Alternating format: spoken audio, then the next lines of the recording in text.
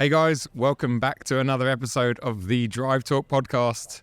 I'm here with my good friend, co-host Petrol Ped, and we are at the wonderful boxing gas venue for the Megaphonics. So I'm a Porsche guy, right? I never knew this place even existed, and it is so cool. It's amazing. I mean, you should have been here last night, mate, because it was even cooler. Today is obviously the festival day or the Megaphonics day, but last night we got a bit of a sort of private dinner thanks to Michelin UK, our title sponsor, and it was incredible. It really was. But I also arrived and all I can describe it as is Narnia. I mean, it's literally, I walked in, I was like, oh my God, where's this place come from? It looks amazing. It turns out it's been going for a few years, but it's mind-blowing. I don't care. If you're a Porsche guy, whether you're air-cooled, water-cooled, modern, classic, there's just everything. There's even like static 912s lying around the car park. Yeah, that red one behind me. Yeah. I walked over that. That's a beautiful car. It is. And then it's just a static model. It doesn't move. No, it doesn't. No, it doesn't move. It's occasionally it does. Yeah. I think it's got a Nissan engine in it or something. I'm not sure. No. Patrick's given us the evils. For those of you listening on the podcast platform, this is a really, really good time to head over to YouTube and watch us on YouTube, because we're at the Michelin stand here at Megaphonics, and we're surrounded by some really cool cars, all on Michelins, and we will have a walk round in a little while. But behind me, just over my right shoulder, is Patrick, who produces the podcast for us. It's his 912. And it is beautiful, and he bought it and then blew the engine up, and then he had the engine fully rebuilt and just got it working again, ready for this weekend, and the gearbox is gone. I think that kind of sums up classic cars to me. Pretty anyway. It's a passion project, but there's no taking away from it. It's beautiful, and when it does run, I think Patrick would be a properly happy man. So I'm looking forward to that day. And actually, while we're talking about cars that are sort of over our shoulder, although we are going to do a loop and look at some cars, as you've said. We've got the wonderful Michelin UK Porsche Cayenne e-hybrid that we all took to Le Mans a couple of months ago, which is a wicked car and a really nice spec. I think James might have had Tourette's when he was optioning it or something, because I think he ticked every single box on there. But it's very, very nice. So it brings back good memories. It does. Yeah, that was an epic few days away. But no, so this venue, there's a whole bunch of really cool companies that are based here that either work on Porsches, do custom Porsches. There's some really cool stuff as you walk around. There is. I don't really know how to describe it, because I know that I've been here with Sam Moores to, what's the place that's on their site? Oh, where he bought his car from it. Yeah, I forgot the name of it. Hold on, Pat will know. Pat, what's the name of the place on? Auto Farm. Auto Farm, that's the one. Yeah. That's right. Yeah. So, yeah, I don't know what, I was talking to someone about it earlier on, but yeah, Auto Farm. And when I came, that was about 10 years ago. It was like a few old farm buildings that had been semi-converted into Auto Farm and various bits. But, I mean, this is just next level. It's beautiful. The barn. Imagine, I know you've just had almost finished your barn conversion, but, I mean, that is truly the dream. And actually walking around, there's some, because each one as you go in, they've got this really cool vibe. They've got obviously some beautiful classic Porsches, or modern day Porsches, or resto mod Porsches, but they've got really cool bits of memorabilia and artwork on the walls, and it's all the things I want in my garage. So you walk around, and this place could cost you a fortune, either because you end up buying a really nice car, or you just buy loads of cool stuff that you have no need for but just have to have. Yes, yeah.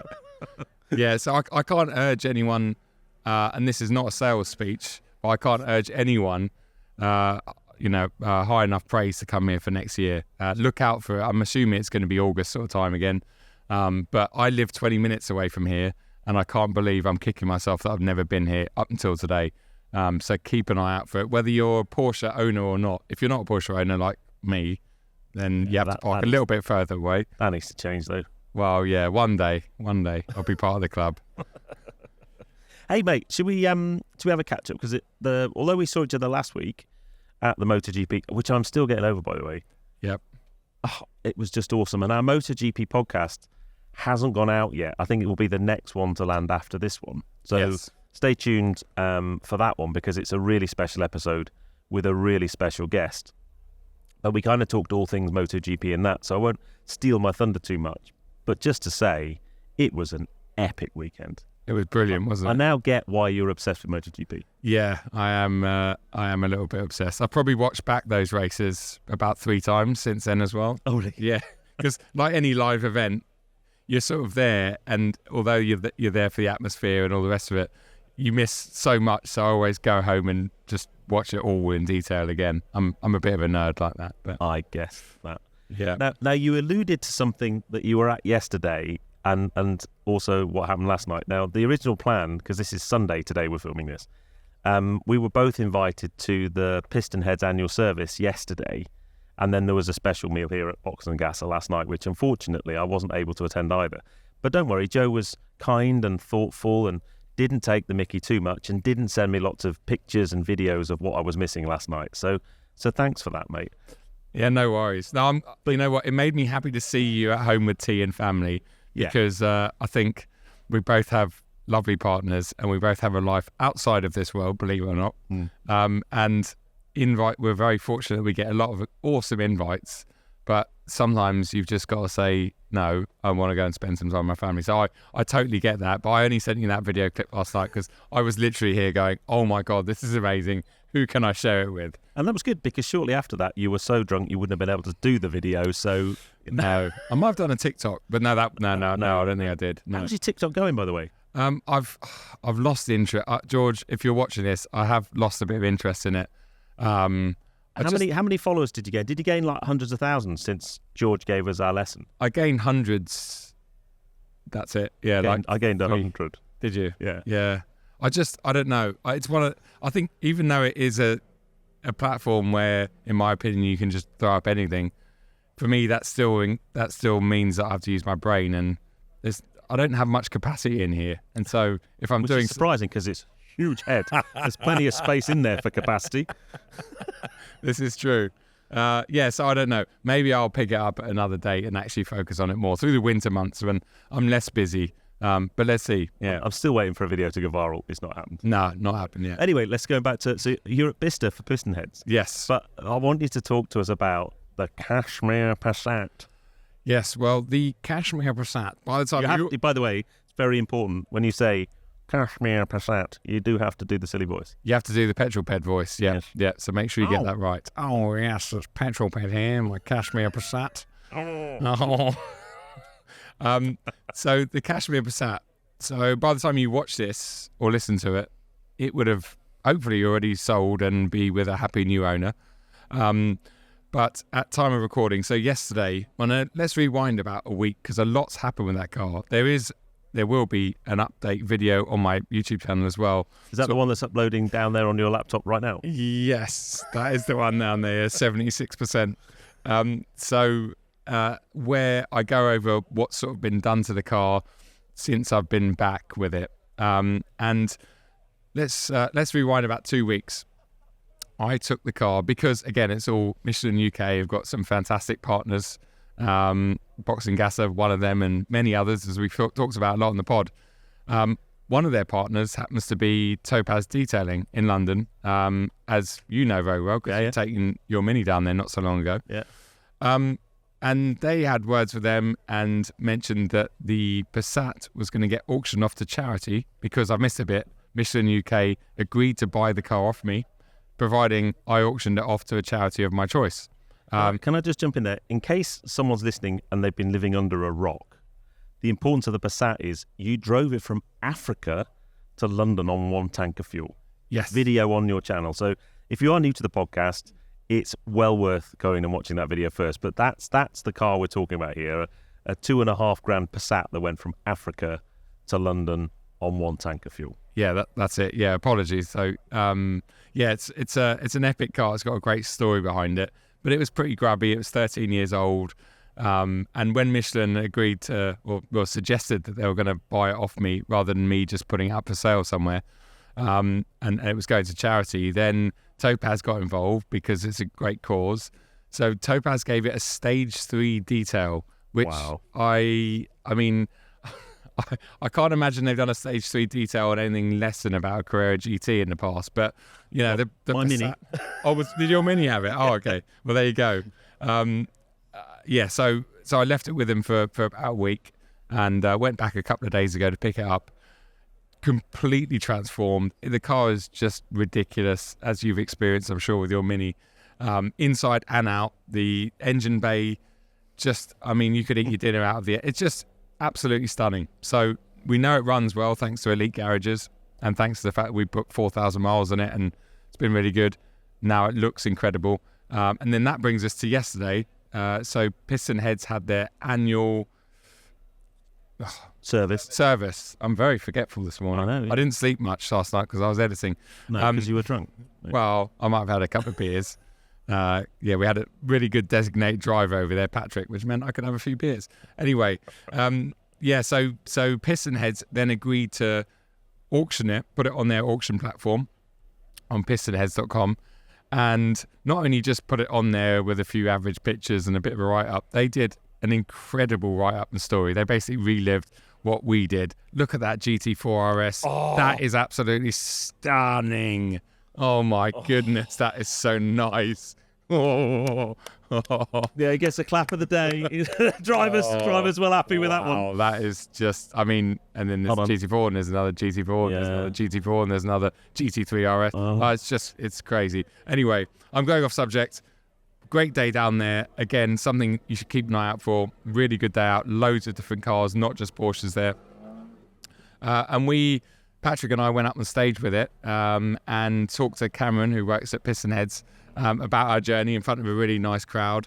And then the auction went live. And so the Passat is, as it stands now, about a day in. The bid is up to about £3,100.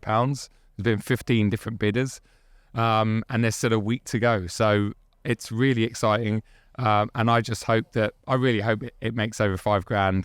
All the proceeds will go to a charity of my choice, who are Mind, a mental health charity. So probably won't surprise too many people that know me, because we've talked about it on here before. And I'm a sufferer over the years, and I just think it's just a great storyline and sort of final chapter for the Cashmere Pat. I think it's going to do more than £5,000. I hope so. I just have this. Yeah, if you get your wallet out. Oh, yeah. I would have done, but my wallet's disappeared into my garage. Yeah. Good point. Yeah. If you want to spend all your money, renovate a garage. Yeah, it's a great idea. Yeah. I know. By the time this pod goes out, it will have sold. So maybe we put in the pinned comment how much it went for. Yeah, absolutely. Yeah. And if you want to, I'm sure I'll put a link to the Mind charity as well, because if you miss out on that and you think, I've got an extra £5, then please, go ahead and donate. That'd be awesome. That would be awesome. Yeah, indeed. What's next on our list, mate? We've talked about what I've been up to most recently. What have you been up to most recently? I've been, to be honest, I've had some nice time at home. So here's the thing, and you'll get this. So if we as creators have time away, what you generally have to do is work really hard before you go away, so that when you're away, you can chill out a bit. And tomorrow morning at 5 o'clock in the morning, that's 5 o'clock AM, not PM, we're heading off on a bit of a road trip for the next week. So I've just been getting all my videos for the next week and a half done and online. But I've got, I think, the best convertible BMW make on my driveway. Well, firstly, I'm a little bit jealous that you guys are going away, but I'm very excited and happy at the same time, because I think you're going to have such a great time. It's a perfect time of year as well, isn't it? I'll tell you where we're going in a minute, because it's quite cool. Yeah, I'm sure it is. All your holidays are pretty special. So what is that? What is that BMW then? I've got the new, the facelift M4 competition convertible. Okay, in Isle of Man Green. Isle of Man Green. With the carbon buckets. Yeah. Great looking car. Yeah. It's not the best convertible that BMW make, though. Is it not? No. But you're like M3, M4 dude. I am M3, M4 dude, but not overweight M4 wobbly dude. That's harsh. I'm not a big fan of the M4 cab, because I personally think it's really heavy. it weighs, I think, just over 2 tons. I think it's heavier than my Touring. Really? Yeah. Oh, because it'll have all the stiffening in it. Yeah. So it's got all the extra bracing and stiffening. Not that you'd know about the extra stiffening, because when you drive it, it suffers, in my opinion, from some scuttle shake. Okay. But not horrendously. I haven't noticed that yet, but when I'm driving it up the Gotthard Pass next week, I'll feel, and then if I can't feel it on the Gotthard Pass, maybe when we do the Furka Pass, I'll feel it then. You're just making me feel really jealous here. I mean, no, I'm nitpicky. I think the problem with it, unlike, let's say, your Boxster, because I think if you jumped out of Cayman GTS and into your Boxster GTS, you'd probably notice a couple of little differences, but Porsche make their convertibles are hardly compromised, in my opinion, especially the Boxster Cayman duo. But I find with cars like the M4, and that's many generations, and then going back to the M3 Coupe and M3 Cab, when the E46 Cab was horrendously flexible. It's like taking the top off a shoebox, though, right? Or the top of an egg or something. Yeah. All the torsional rigidity goes. Yeah. So what are you in then? So we're moving on to the convertible that you should buy if you're looking at Wait, firstly, how much is that M4? Well, I haven't got the spec sheet, but I'm guessing, because I think it's got the carbon pack on it as well, it's going to be the stiff end of 90 grand, I would have thought. I think it's going to be a lot more than that, because I think aren't they base about 85? Yeah, maybe. And that's got the ultimate pack on it, because I'm sure Martin, again, like James, Martin likes to tick the biggest boxes. Yeah. So I reckon it's probably 110 odd thousand pounds. Yeah. I reckon, but I might be wrong. Yeah, right. And it's the facelifted car, as you say. So I'm interested to hear what you say, because it's got a bit more power and stuff. Yeah. So what I've got is actually almost half the price of that. So still a lot of money. It's 60 grand, but it's and I'm not looking. Have you written it down? I thought you were a BMW fanboy. You can't even remember the name of the car you've got. Is it complicated? Shout out to Roger Chan for helping me with this one. So it's a Z4 M40i. It's the updated one. It's brand new, which I am very familiar with, and a car that I love, and I think really hasn't sold in big enough numbers for what it is. You don't see many around, do you? You don't see many in any guys, let alone the M40. But it's the hand shelter version. Hand shelter. You have to be careful saying that, don't you? Yeah. That's why I haven't said it really up until now. But it's a hand shelter, which is essentially, so it's a manual version of the Z4 M40. It's had a few tweaks. It comes only in frozen deep green and cognac interior. So, it's green over brown or whatever that site is. It's lovely. Green over tan, that's the one, isn't it? It's lovely looking, and it's just a lovely car. The gearbox BMW manuals aren't always the best, as I know, but this one, they've tweaked something with it, and it just feels better, feels more precise. It's not a Porsche manual. It's not that good. Straight six. Yeah, and so B58, and that's where. Hold on, I didn't think you got a manual on a B50. Yeah. Why don't they do that in an M3 or M4? So M3 and M4s have got the S58, which is the M version. This is where it gets really confusing. Okay. It's the M version of the B engine. But they do in Germany. You can get a manual M3 and M4, right? And a lot of other bits of Europe, and I think Australia, but you can't in the UK because I think it's such a small market. Just don't sell enough. They don't sell enough. So they do the M2 in a manual, don't they? And they charge you more for that, ironically. Yeah. But yeah, it's not even so much that it is a manual, but that B58, the S58 that's in your car is really powerful, really fast. It has loads of top end like an M engine should. But the B58, for whatever reason, just seems to have a really magic sort of torque window, down low and up to sort of medium high, and then you've got the power. And so it's a really smooth delivery, and it works so well with the manual gearbox. And that whole package, 380 odd horsepower. It's about 1,500 kilos, so it's a good 500 kilos lighter than the M4. Yep. I just think it's brilliant. And 60 grand, it's a lot of money, but 2024, what can you get for 60 grand Porsche-wise? I mean, what could you get? I think a base GTS Boxster is now 78 or something. Yeah. So you've then got to go down to the 4-pots. And I mean, who wants a 4-pot Boxster? Oh, you're harsh, man. Yeah. Well, judging by the amount of people who've been taking a picture of my car today, quite a few. Thanks. Yeah, I think. Do you reckon they're taking a picture of all the badges that were in the windscreen? They're all advanced driver. Well, there is an advanced driver badge in there because I don't know whether I've told you or not. I am an advanced driver. You are. I need to get around to that. I do take the mickey out of you for that, but yeah, you are a very, very good driver. But yeah, it takes dedication to become advanced. And I don't have dedication. I don't even have dedication for TikTok. So becoming an advanced driver might be pretty difficult. But the long story short is, for me, I think. I mean, obviously, there's lots of other arguments because the M4 is far more practical. It's not a four-seater. I think a lot of convertibles, it's more of a four-seater than a 911 is. Yeah. But with someone like you or me driving and in the front seats, there's not much room left in the back. I tell you what, though, is if you want to be able to drop the roof, yep, you compromise massively on boot space. Oh, and boot you space, lose yeah. half the boot. Right. So we were packing last night because I tell you we're going away tomorrow morning. So yeah. I mean, you can get a fairly decent sized bag, but there's like an area of the boot that if you want to leave the roof up, it folds up and you've got a massive boot. Yep. But that's where the boot goes, right, or the roof goes. So it does compromise it a bit. So in terms of luggage space, if you want to be able to drop the roof, I think my Boxster's got more luggage space.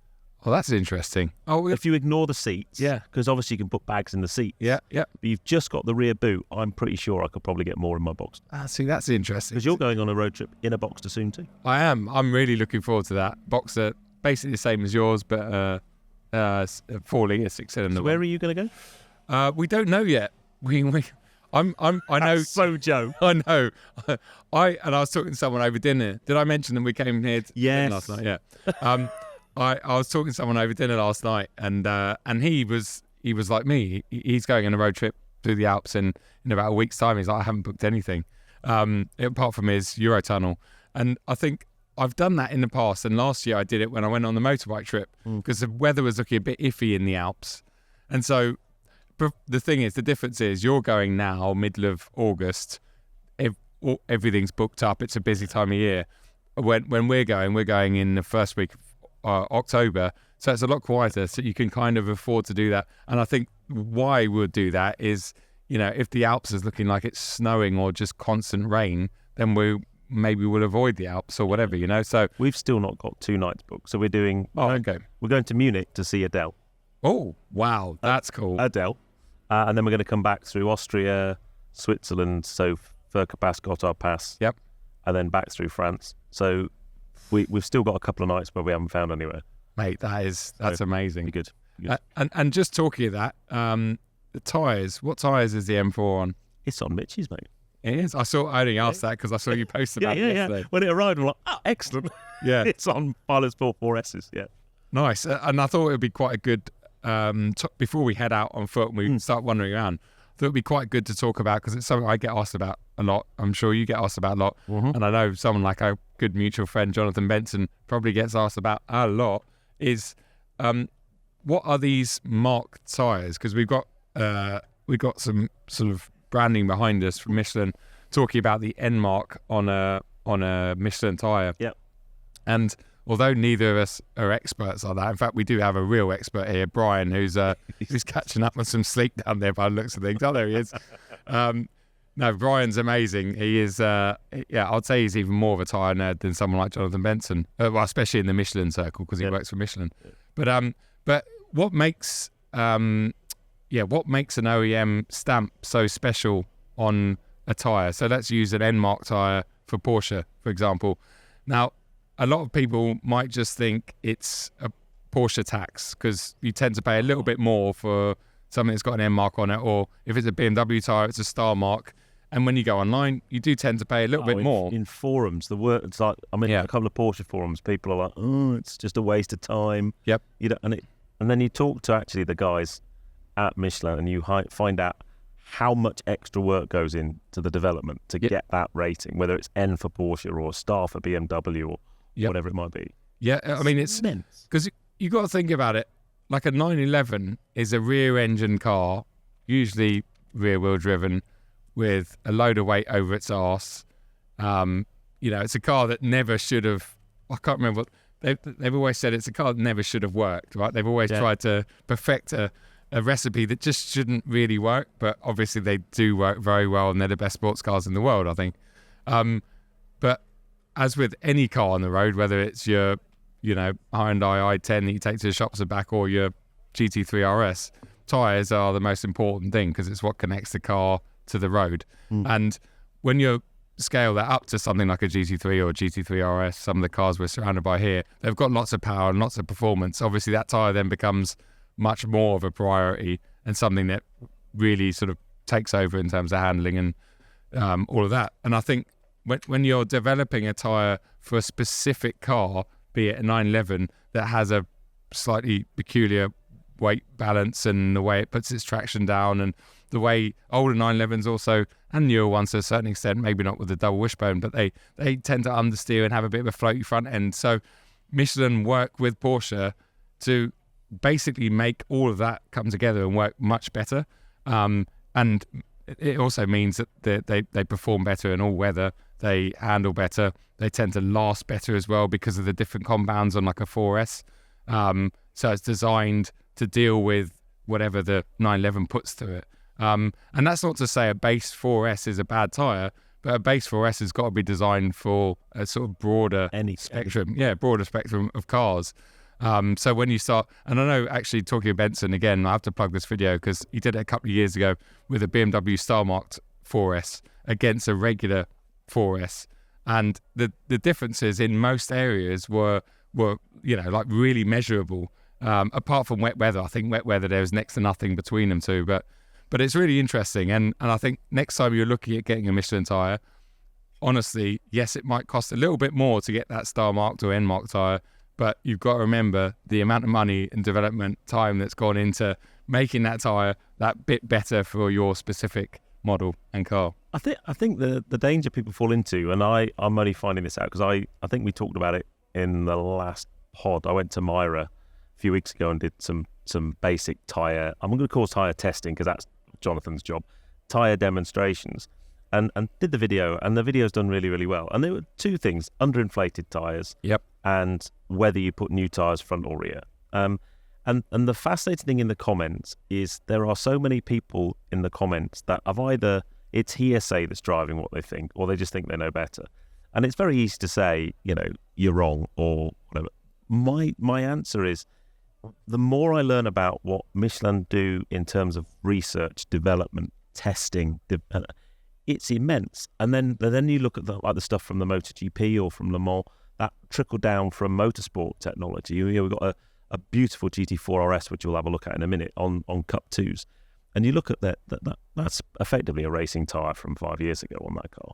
Yep. And it's an N-rated tyre. Yep. And that's just the road. That's the stuff we know. And then we've been up to Finland and looked at, you then talk about the all season or the winter tyres, and it's just it doesn't stop like anything. They're always, we've got these tyres, but they're already working on the next one or the next one down the road, And I find it is really fascinating, especially for us who see a bit of behind the scenes and understand and appreciate what the tyres are and what they do and how much time and effort goes into them. Next time you're looking at getting your tyres, definitely look firstly, obviously they don't always make an OEM tyre for your car. It's not like a thing they do for every single model, but if there is one available, consider it.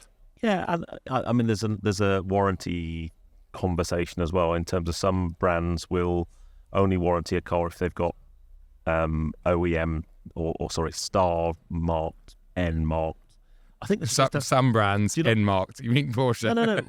Where I was going is I think they should just have, so it's Star for BMW, N for Porsche, MO for Mercedes, AML for Aston Martin, and then AO for Audi, I think. Yes, Alpine. We're getting a nod from Brian. Alpine, the new A290 has 3 bespoke tyres that have been developed for it, and they've got A29 written on them. That's amazing. So they've got. Is that 3 for all 3 of the Alpines they've sold so far? No, they've got Pilot Sport. I think Pilot Sport 5, S5, and Alpine. Alpine 5. Okay. So they've got an all-weather, a sport. And not a Pilot. It's got Pilot Sport S5. Yep. And then they've got the... you can get the S5 on there. And that's something else that we need to just talk about briefly, and again, it's not a subject that I know much about. Brian is the expert, but I get asked a lot, Joe, when's the 5S coming out, right? And I've got no idea. We don't get that sort of information. Now the S5. The S5 is an OEM tyre that has been released on a few cars. So you see it on the Alpine, 1890. Some of the Astons, AMGs, new something or other. Lots of new high-end sports cars.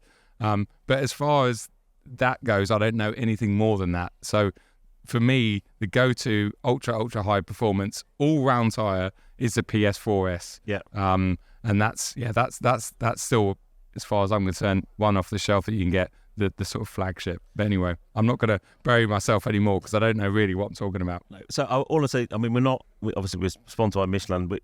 Yes, there's an awareness piece here, but the simple question is just buy the best tyres you can afford, and they're worth every extra penny. But shall we have a quick walk round the cars that are on the Michelin stand, and then it would be rude not to have a quick walk round the car park.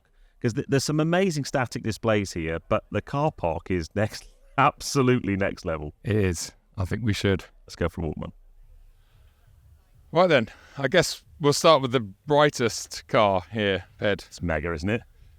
Really, really pretty. What exotic name is it? The colour of the paint? So this is a paint to sample GT4 RS. It's called light green. Light green. Light green, yeah. I mean, it's a bit of an anticlimax. I know, right? Light green, but this car, it's only got like 300 miles on the clock. Literally just picked it up. And it's on Pilot Sport Cup 2s. Well, yeah. I mean, naturally. I think they come stock with them most of the time, don't This they? one didn't, actually. It came stuck with some other manufacturer and it's been put and he's upgraded. on Cup 2s. Nice. But mega spec. Beautiful. Really nice touch as well. These end fences on the spoiler have been painted in the body colour. It has the Visac pack on it. It does have a Visac. So you've got the carbon bonnet. Are you impressed with my knowledge? I still think that's one of the best Porsches. I think one of the best Porsches that Porsche currently make, and one of the best Porsches they've ever made. I'm not convinced about that. You're not? I think it's a great car, but I think after driving one back to back with the 911 GT3. Oh, you are a bit of a GT3 fanboy. And also, the car that trumps it for me is the car that we both absolutely love, and you probably agree, is the convertible version of this. Spider RS. There's about 5 over there. Yeah. Behind you, though. Yes. Whale tail 911. Now, I have a bit of an issue here, okay? Because I love my Porsches and stuff, but my knowledge of the actual designator of 911s gets a bit rusty pre-996. Yep. Was it 930 before that, and then it all goes massively Pete-tong? No, 964 before that, then 930. You're right. I think. There you go, you see. I think I'm getting that we right. Just stop and just say classic. Yeah. With a whale tail. Yeah, the one with the big wing. But that isn't it beautiful? It's mega. The way it sits. Obviously, it's had a lot of work done to it. Yeah. And naturally, it is on Michelin, probably period correct, Pilot Sports or something. Pilot Exalto. What? Exaltos. I see. Again, is that like a recreation old tyre? Okay, that's really testing my knowledge. Yeah. I never even heard of that before. But there you go. There you go. Every day's a school day. Every day. So 6-cylinder. Behold the magnificence. It's a little bit longer than 6-cylinder. Oh, this has got the extra room because it's only got a 4-pot in it. That's right. Yeah, a bit more space. That's an inside joke. If you know, obviously, Ped's, this channel. is my car. Yeah, this is Ped's beautiful car, and I tell you what, mate, it is a stunning car. The spec on this is absolutely spot on. Apart from the fact it's missing 2 cylinders, it just looks amazing. Can I ask you a question though? Yeah. When we go around here. Yeah. I mean, and that's pretty tame for you. But is that so the passenger can't see out? No, this one at the top. This is my master's distinction badge on here. This is because I'm an advanced driver. Okay. Yeah. Okay. And then they're all Goodwood member, and then some Goodwood nice things. Nice. So yeah, that's my GTS. Looks stunning, mate. Looks lovely. Perfect weather for it. Almost too hot. It's perfect weather. Now moving on. There's an amazing story to this car because it's just had a full nut and bolt restoration, and the owner's got like a book in the back with photographs and stuff detailing the restoration. And when you look at the car when he first picked it up, it doesn't actually look that bad. And then apparently it was just rusted to bits. All the seals had gone. Yeah. But what? That's just so beautiful. Yeah. And it belonged to a record label back in the day. Is that? And this is actually the record. And the funny thing is, so obviously exactly the same era, because it was this record label that owned this car. It just looks so normal, this sitting on the back seat. I know. Like the era is just, you could really relate to this, because you're probably like 30 by then. I was in my second year of secondary school by then. Oh, okay, so not quite. Yeah. But yeah, very, very cool. But I love it. I think that is just an absolutely stunning car. And once again, perfect for today's weather. At Matt_Barn, if you want to follow this car. Matt's MATS_Barn. He's even got a little... he's got a replica on there. Yeah, so look at that. Now then, here's awesome. An old friend. Here's a new old friend. A new old friend, the E-Hybrid Cayman. Now, all I wanted to say on this one is the size of the sidewall on these and that lovely velvet. I love it. So I know we go on about it a lot, okay, but Michelin sidewalls, I don't know what the other manufacturers are doing, because they're just nowhere near the sidewall game. They're not. And it's such a big part of the design of the entire car, I find. When you've got... they're clean and you've got a bit of, tyre shine on. Yep. Bloody brilliant things. They look great. Really, really cool. Obviously, this is close to our heart and Patrick's heart and James's heart, because we drove that to Le Mans a couple of months ago. I don't know when it was. Now, Pat is holding the camera for us as we walk round. And this is the first time I've seen Pat's 912. So, Pat, please don't cry, because it's broken again, isn't it? It's got a bit of a gearbox issue. But it is a beautiful thing. But it's only got 4 cylinders. Just saying. It's only got 4 cylinders. It's got some lovely new but old Michelin tyres on it. Cool on it. Talk about sidewall game. Actually, it's quite interesting. That this is like old school Michelin. Yeah, very subtle. And then the tread pattern's great as well, isn't it? But it's just the size of it. It's a lovely piece of art. And I mean, jokes aside, we give Patrick a little bit of stick, because this has been a labour of love over the past couple of years for him. But once it does run properly, I think it's just going to be a wonderful bit of kit, and I can't wait to drive it. Pure jealousy. Yeah, I am jealous. It's that simple, I think really. Cruising through even London, or imagine the French Riviera going along on that. Well, you'd have to get there first. It's very Patrick as well. He'd have his Leica camera on the passenger seat, just cruising along. But anyway, right. It's a very cool thing. And back to modern day. And another podcaster. Yes. Yeah. So my name is Paul Way Rhodes, and I run the Rengineering YouTube and podcast. So thank you very much for inviting me. And this is my 981. So it started life out as a very vanilla, very pretty, but a vanilla 981. And over the last few years, apart from a dalliance with a 991 Carrera T, I've kind of turned it into this, which I'm very proud of. So it sounds mega. You wait until it has GT4 RS side intakes in a couple of months. Oh, really? Yeah. So I'm working with Gold Leaf Performance to install those. GT4, what? So you're going to take the window? The windows come out? Correct. Side intakes go there? The full airbox is going in. Really? Yeah, it's going to be a special bit. I mean, it's a special bit of kit to me anyway. But yeah, it's going to be. And then brakes are 718 GTS with gyro discs. Carbotech made me some ceramic pads from scratch. There's loads of Easter eggs, I would say, on this car. So there's stuff that if you know, you know. The bonnet emblems from a 911 ST, the new 911 ST. Little tiny little things you'd never know. Okay. But yeah, when you start walking around the car, if you're a mega nerd like me, you start picking up. The seats are lovely. I love the seat backs. I'm happy with. They are. Sorry, I was just going to say, I was just nosing in there and having a look at the back of the seats. Steering wheel. The steering wheel. That's the details. Nod to a Carrera GT. Carrera GT, yeah. So I worked with a little company built by Basil, and he custom manufactured a Carrera GT gear knob with my logo etched into the top. The steering wheel actually is a GT Sport steering wheel, but retrimmed to match a 991 GT2. Right. But with Irish green Alcantara. And I didn't like, if you go to, no disrespect, you've got a beautiful car. The all modern cars have little set screws just in here. Yes, that's right. Yeah. I really can't stand them. But they're all compatible across all these generations. So I went to the 981 GT4 and basically made my own version of the favourite steering wheel, including mode select. I don't know if you ever driven a 981 without only having it on the kind of the side panel. If you're banging around the Alps, like we all love to do, the last thing you want to be doing is looking down to try and stick it into a different mode. So retrofitted that as well, which is that's pretty cool. What I love about events like this is you walk around and there's stuff that's straight out the showroom with just whatever you can spec in the car, right? And they're all wonderful. But then there's other things I mean, I think this is probably on the extreme end of customising, but there's like all manufacturers have. I guess if Joe walked around a BMW event, there'd be tweaks and stuff. Yeah. The idea is though with this car is that you don't see it. Yeah. You don't walk up to it and go, wow, that's a heavily modified car. The idea is you walk up to it and go, yeah, that's nice, and it walk past, or you end up being a nerd and then you're just fascinated by the fact that the Irish green brakes and the logo's different, and then you start kind of picking holes and everything. You think, wow, there's all sorts of stuff in there. So I've noticed you've even got Irish green trainers on. Yeah.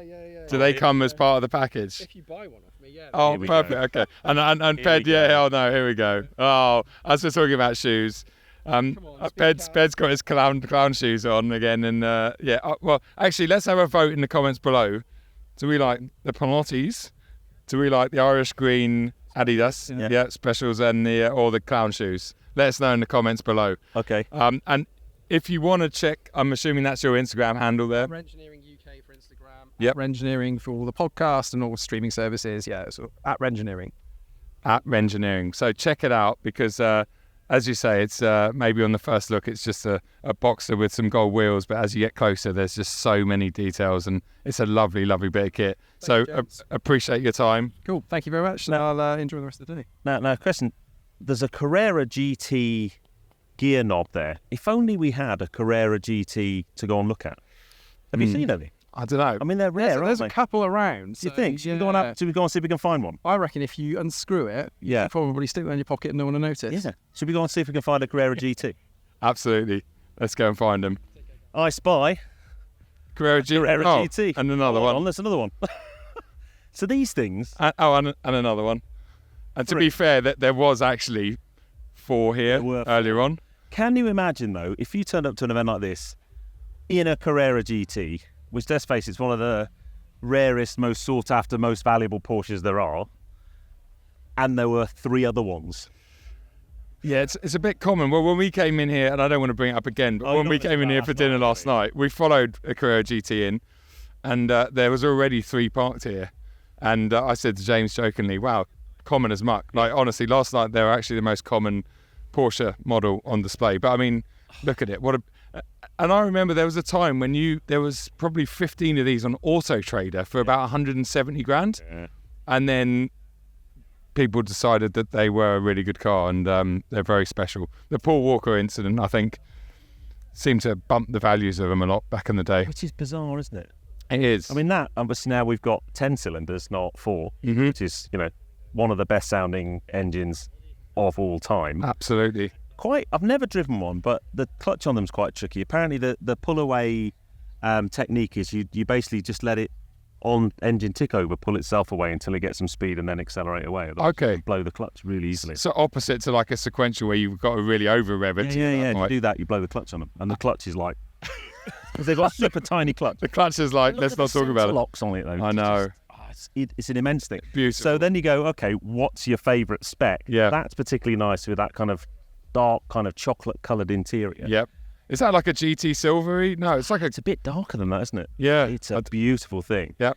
And then it's like a gentian bluey kind of dark blue colour. I've got no idea. I think that's if anybody in the comments knows what colour that is, please put. But look at this Pilot Super Sport. Yep. NO.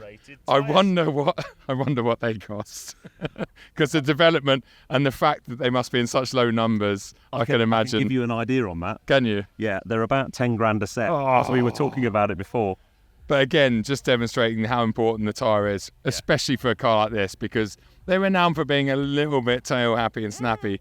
But I mean, I think this is my favourite spec. Yeah, just looks stunning. Goes so well with the brown. Look at that interior. What a car. DK Engineering, no surprise there. Yeah. Wow. And then finally a bit of silver. So we could have one each. We could. We could have team. Yeah. Which one? So I'm blagging this one. Okay, I'll have the silver one. You have the silver one. Pat, you can have that one. You're going to have the. Okay. Yeah, perfect. The only challenge with it though is I think we're going to need some funding.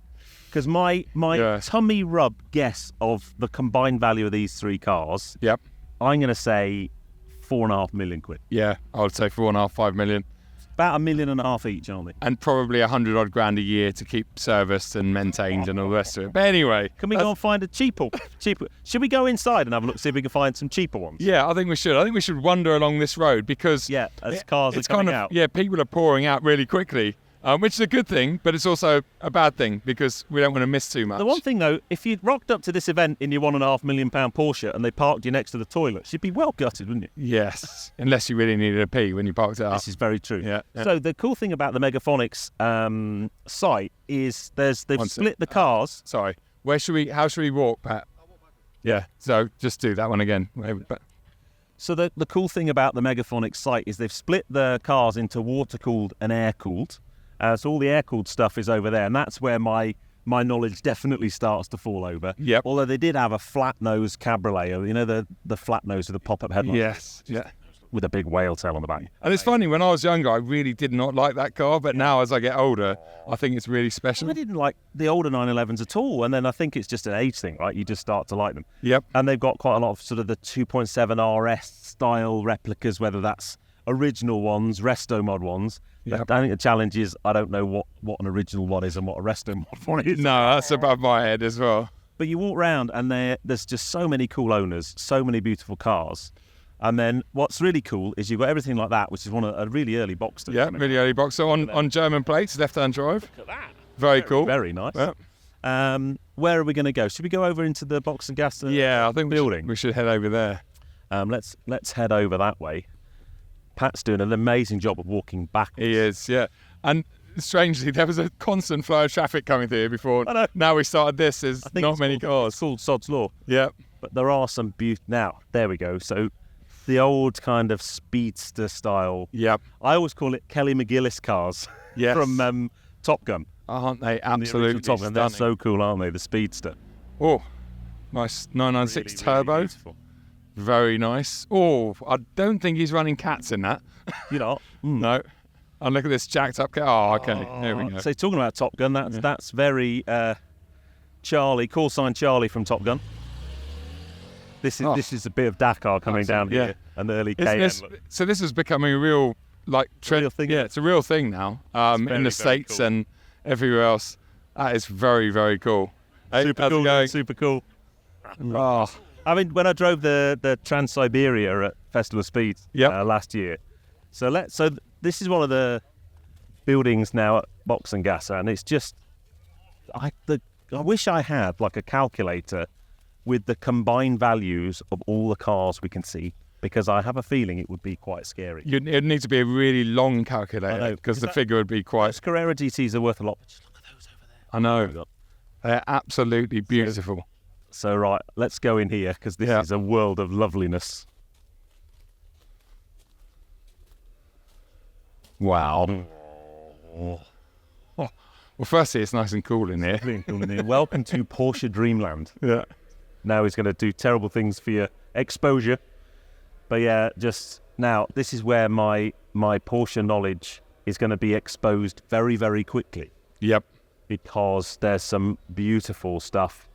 There's some lovely old Rothmans and Bastos liveried race cars, rally cars. That's a 914. I know that much. Done. That's very rare. Yeah. I only know that from sort of Magnus Walker days. I know he's got one out in LA. And so the scary thing is, so I'm going to upset people now. When I did Vintage Voltage, we electrified one of those.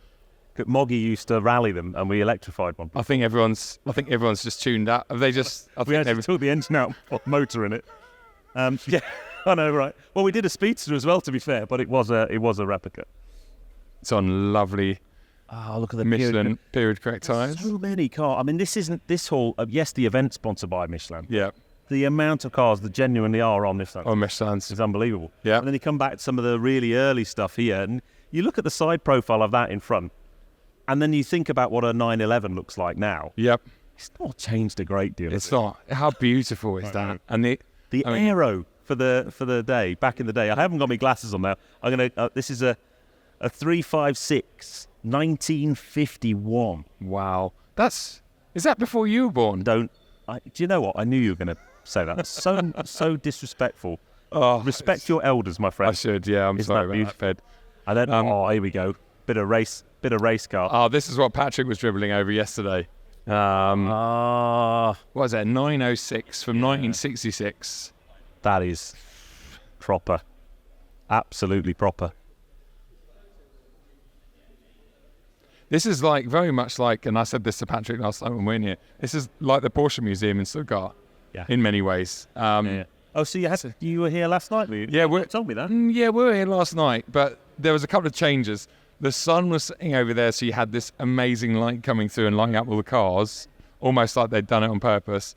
And there was just Patrick and I in here. So, yeah. Now, there's a 2.7 yes. RS over here. But it's not an RS. It's not an RS. No. It is an RSH. It is an RS. I'd never even heard of it. So I think this is probably a really great place to kind of wind up our chat, because I think this car, for me, in terms of classic Porsches, is peak classic Porsche. Yep. Now, I'm sure we'd all like a 2.7 RS. Yep. And they're silly money. And I'm sure this one, because it's like one of only about 30 cars, that's an RSH. What's the H stand for then, Ped? So, there's a little plaque on the front which I've read already. So, So they when they were racing these, this was like a race spec one, and they did a limited number of ones that didn't have any modifications beyond race spec that ended up on the road, and I think that's the H. Okay. I don't know what H stands for. Okay. It's basically the race version, but a road legal version. Wow. Okay. Something like that. Pat's going to nod and say, yes, you're right there. Yeah, sort of. Shall I read it out? but that for me though, we think about Carrera GT values, these things. Silly money. Oh, telephone numbers. Yeah, absolutely stunning. Look at the size though. If you compare that with a modern day 911. Yep. Yeah. And there aren't any. There aren't any. No. Walking low. I don't know what the newest 911 in here would be, probably. But that's just peak. It's lovely. Really nice. So if you are into your Porsches, then I strongly suggest popping along down to Box and Gasser, because it's an amazing place. This event next year should be on your to-do list. Megaphonics at Box and Gasser, because it's been fantastic. It really should. Even if you're not a Porsche fanboy, it's just got so many beautiful cars. And it's just a nice day out as well. It's a bit like Goodwood. You can, it's got the surroundings. Very revival feel. It has, yeah. It's really nice. It's really very cool. Yeah. So massive thanks to Michelin as always because they sponsor this event and they invited us to come along. Shame I couldn't come to the dinner last night. I hear it was very good. You live and you learn. Next year I'll make sure I'm here. Yeah. But I hope you've enjoyed that. In the comments though, what would your dream Porsche be? Would you be in the air-cooled camp? Would you be what about you? Air-cooled or water-cooled? I'm a bit, I like my modern cars. Yeah. And I've not driven many air-cooled. I did, however, recently drive that 993 Turbo. Yeah. Which was a Porsche museum car, and I really enjoyed that. And it did have a different character to it. But I'm going to say water-cooled just because, I know the modern stuff a bit better. And I'll probably get shot in the comments for that. But can we have one of each? One of each, yeah. That'd be good. Yeah, like a modern day one. Yeah, something like that. And then an old just something like that, yeah. Can you imagine just having that in my new garage? Oh, unfortunately, my next door neighbour, Jeremy, has an orange 2.7 RS replica Rennsport one that he's trying to sell.